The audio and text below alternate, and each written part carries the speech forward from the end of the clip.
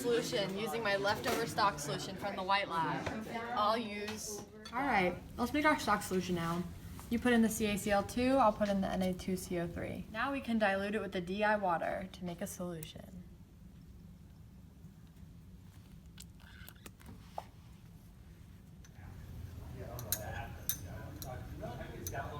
What's the volume of this? Time out! Never measure volume with a stirring rod.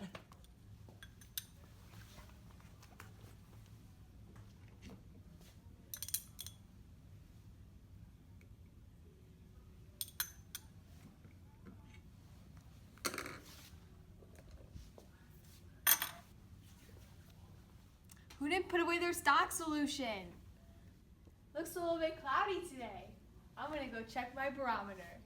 I'm gonna smell my scented barometer.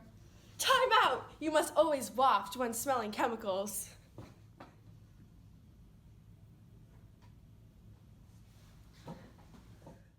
Mrs. White, I just came to tell you, I'm like butter. I'm on a what?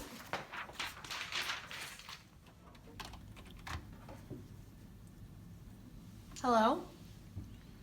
Hi, Mr. Lucy. What? You found Mrs. White dead on the floor? In what room? When? Room D102. Oh my goodness. I'll be right there. Let's analyze this crime scene. We got a bunch of ungraded papers, a little barometer here. Look, and an unlabeled beaker.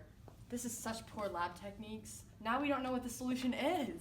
Test the supernatant and find out. Oh, look what we have here. Two stock solutions from the white lab. We have CaCl2 and Na2CO3. I mean, it's right near the murder scene, so our mystery solution must be one of these two solutions. After testing our supernatant, we can determine that the poison that killed Mrs. White is the Na2CO3.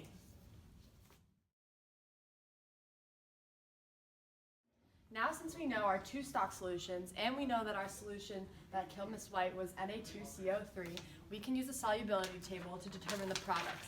The balanced equation would be NaCl2 plus Na2CO3 yields 2 NaCl plus CaCO3 solid, which is the precipitate. That means we eliminate Miss Scarlet and Mr. Green as our murder suspects.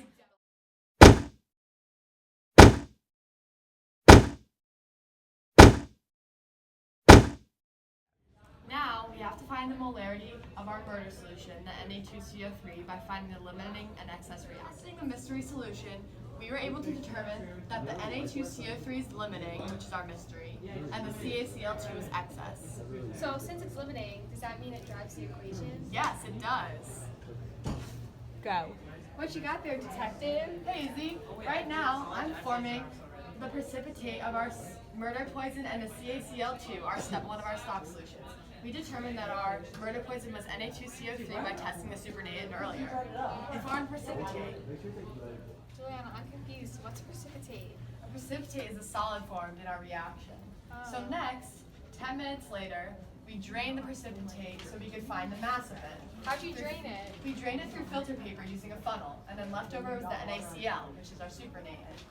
We formed 1.1682 grams of CaCO3, which is the solid, or the precipitate. Next, we converted that into moles by using the molar mass of the CaCO3, and it turned out to be 0.011671496 moles. So what do you do next after finding the moles? So now that you know that the molar ratio of the equation is 1 to 1 to 2 to 1, you can determine the molarity. The combined volume of the two stock solutions was 0.02 liters. Therefore, when we divide the moles of CaCO3 that we produced by the total volume, you get 0.5835748 molarity. So who do you think killed Miss White? So, based on the molarity, since it's greater than 0.3, therefore it's Miss Peacock. Miss Peacock.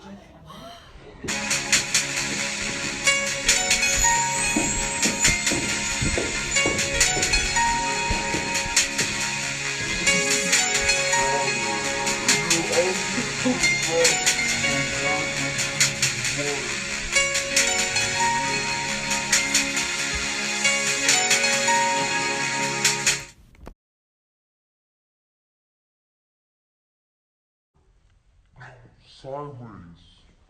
we can prove that our solution in test tube number 13, Oh, baby, baby.